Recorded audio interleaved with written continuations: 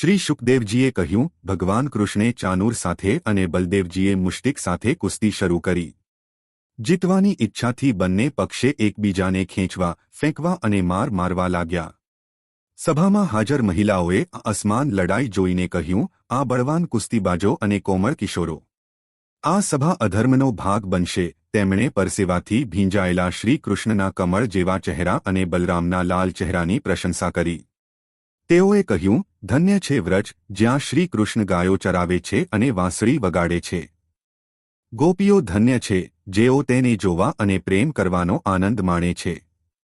શ્રી કૃષ્ણે ચાનુરના પ્રહાર સહન કર્યા, પછી તેના હાથ પકડીને તેને ફેરવ્યો અને તેને જમીન પર પછાડીને મારી નાખ્યો.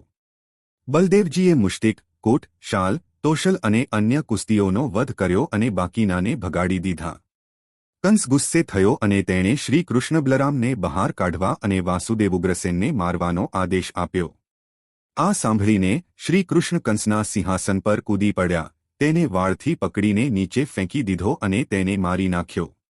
બલરામે કંસના 8 ભાઈઓને પણ મારી નાખ્યા. દેવતાઓએ ફૂલો વરસાવ્યા, અપ્સરાઓ નાચવા લાગી.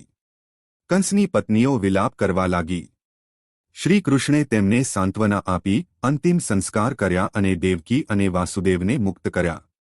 બંનેએ તેમના માતાપિતાને પ્રણામ કર્યા.